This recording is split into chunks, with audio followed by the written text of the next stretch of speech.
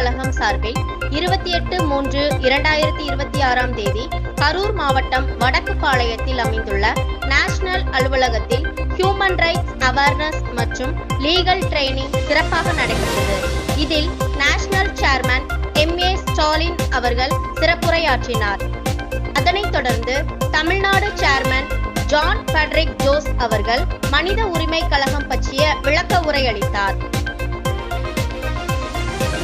Tamil Nadu president Shereen அவர்கள் வாழ்த்துரை தெரிவித்தார்.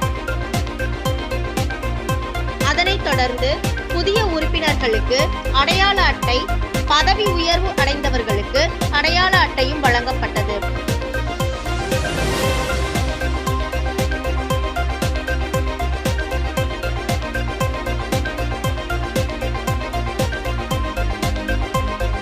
இந்நிகழ்ச்சியின் ஒரு பகுதியாக IHRPC நியூஸ் தமிழ்நாடு மாநில அளவில் நமது கரூர் மாவட்டத்தில் முதலாக அறிமுகம் செய்யப்பட்டு துவங்கி வைக்கப்பட்டது.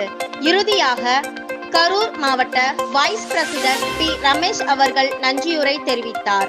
இதில் மனித உரிமை கழகம் மூலமாக கரூர் மாவட்டத்தில் பயனடைந்துள்ள நபர்கள் தங்களது அனுபவத்தை பகிர்ந்து கொண்டு நன்றிகளை தெரிவித்தனர். இறுதியாக வருகை தந்த அனைத்து உறுப்பினர்களுக்கும் தேநீர் விருந்து வழங்கப்பட்டது.